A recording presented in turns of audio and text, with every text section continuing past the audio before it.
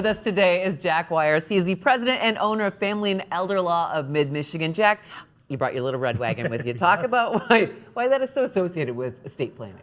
So in our office, we use it as our kind of example of how you build, this kind of get up here is how you build an estate plan. So as we always tell people, estate planning answers 3 questions. And they're who's in control, who gets to benefit, and when. And that's both of you and your stuff. So obviously, when I was a kid, I had a little radio flyer. Yeah. And I was admittedly kind of selfish about it. So, as long as I was well, I controlled that wagon explicitly, so I decided what went in it, who got to control it, all those kind of things. So in estate planning, you have your wagon, you have your things, and you kind of move around. And as long as you're alive and well, you're in control of your wagon. You decide who gets to benefit and when.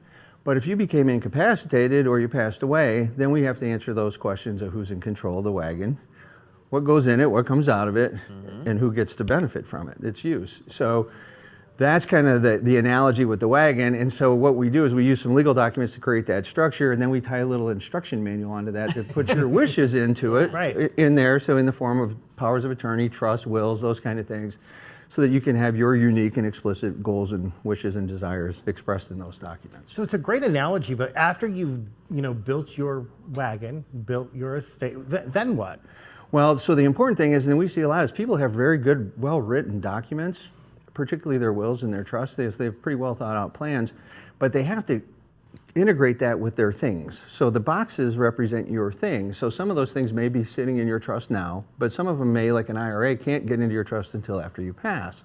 So we have to do what we call trust or funding of your plan. And when we talk about funding, it's where your boxes are located now, how they're titled, and when they jump into your wagon, so that if you were to pass, everything gets in your wagon, then your rule book dictates how it gets distributed. Well, how do you start the process? I think for so many people, it's just the idea is overwhelming, and then they have to decide who's going to be in charge of your medical care if you're not able to, and then who's going to be in charge of your stuff if you pass. So we do a free educational workshop for our clients. So you could just call our office and we can make it available to you virtually. We'll be doing them in person again here very soon. But basically we walk you through each one of those steps and educate you on how you make those decisions, the decisions that have to be made, so that when you come into our office for the you qualify for a free meeting, a consultation with us after that, you'll be speaking the parlance, and we can start answering those questions. So we've got your number on the screen, so people want to do that. Free class, 351-6222. Jack, thank you. Thank you. Great seeing you guys again.